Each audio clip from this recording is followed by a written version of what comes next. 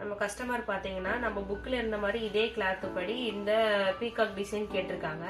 அதனால நம்ம என்ன பண்ண போகிறோம், அவங்க மெஷர்மெண்ட்டுக்கு தகுந்த மாதிரி இதை நம்ம ட்ரேசிங் பண்ண போகிறோம். இதை கிழிச்சு இதில் மென்ஷன் பண்ணிக்கிறேன். எனக்கு தேவையான அளவை நான் குறிச்சுக்கிட்டேன். இதை கட் பண்ணணும்னு அவசியம் இல்லை, எனக்கு இருக்குங்கிறனால நான் இது பண்ணிக்கிறேன் உங்களுக்கு தெரியறதுக்காக.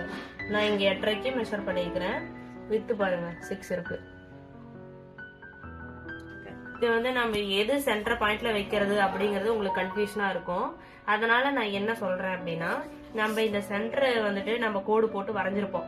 அதுல இருந்து நம்மளுக்கு வித்து வந்துட்டு 3 தானே, அந்த 3 இன்ச்சை நம்ம குறிச்சுக்கலாம். 3 இன்ச்சு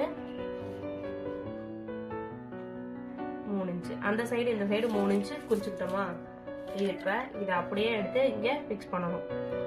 ஒயிட் கார்பன் எடுத்திருக்கேன். இந்த ஒயிட் கார்பனை வந்துட்டு நாம் போய் படி போட்டுக்கிறோம். அவ்வளவுதான்.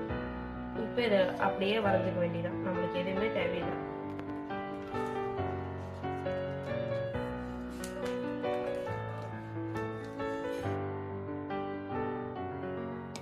மித்த ட்ரேசிங் பேப்பரில் பென்சிலையும் பேனாவையும் வச்சு ட்ரேசிங் பண்ணால் பேப்பர் வந்து கிழிஞ்சிரும்.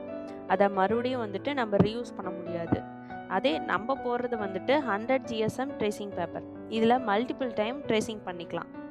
இந்த ட்ரேசிங் ஆரி புக்கு வந்துட்டு நம்மக்கிட்ட அவைலபிளாக இருக்குது. வேணும்னா ஸ்க்ரீனில் தெரிகிற வாட்ஸ்அப் நம்பருக்கு மெசேஜ் பண்ணுங்கள், நான் டீட்டெயில் சென்ட் பண்ணுறேன். இந்த ப்ளவுஸ் ஆரி ஒர்க்கை பண்ணதை நான் நெக்ஸ்ட் வீடியோவில் அப்லோட் பண்ணுறேன். இந்த ட்ரேசிங் டுட்டோரியல் வீடியோ வந்துட்டு உங்களுக்கு ரொம்ப யூஸ்ஃபுல்லாக இருக்கும்னு நினைக்கிறேன். Thank you friends.